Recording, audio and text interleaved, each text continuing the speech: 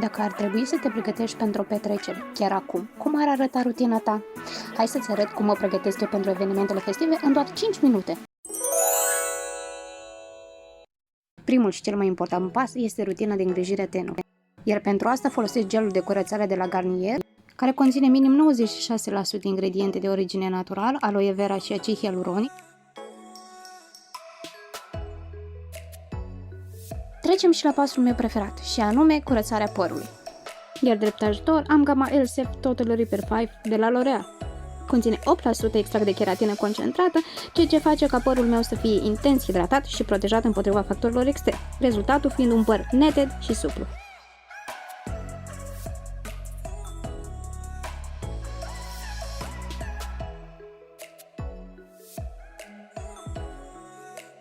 Masca oferă părului întreaga nutriție de care el are nevoie. Contribuie la sigilarea cuticulei și mi oferă un păr frumos, strălucitor și sănătos pe termen lung.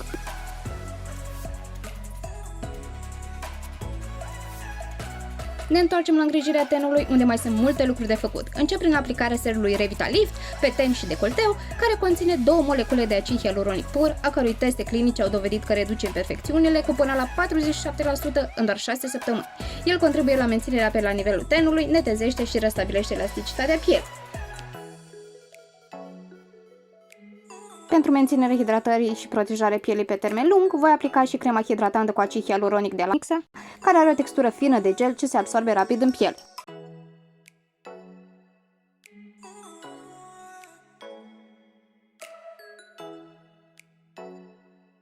Aplic o cantitate generoasă pe ten și decolteu și masez delicat până la absorbția completă.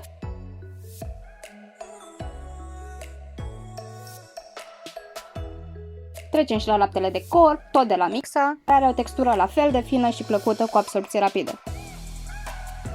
Înainte de a-mi usca părul, voi aplica printre altele și crema Stop Damage de la Elseve Total Repair 5. Ea mi oferă un plus de hidratare, ceea ce face ca părul meu să fie neted, ușor de descurcat și plăcut la atingere. Apoi voi trece la secționarea părului și crearea unor bucle legere de la jumătatea părului în jos.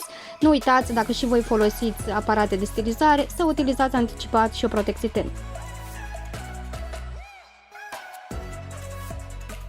Pentru machiaj voi aplica înainte de toate fondul de ten compact Infallible Fresh Wear, care are o textură fină, o acoperire mică spre medie și un finish mat rezistent la apă, transpirație și căldură.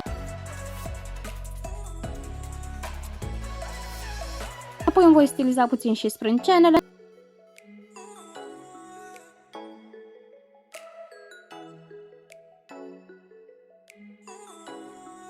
Iar după ce mi-am conturat și fața, aplic blush-ul și iluminatorul. Pentru machiajul ochilor voi folosi nuanțe de maro și un strop de glitter, iar după ce mi-am trasat și linia de tuș, voi aplica și rimelul.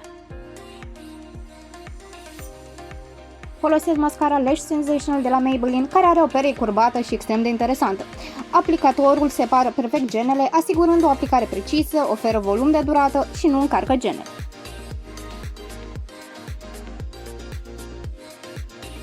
Pentru și mai multă dimensiune puteți aplica cu succes 2 straturi. Voi aplica și un ruj mat alături de un gloss și voilà! Acesta este rezultatul final.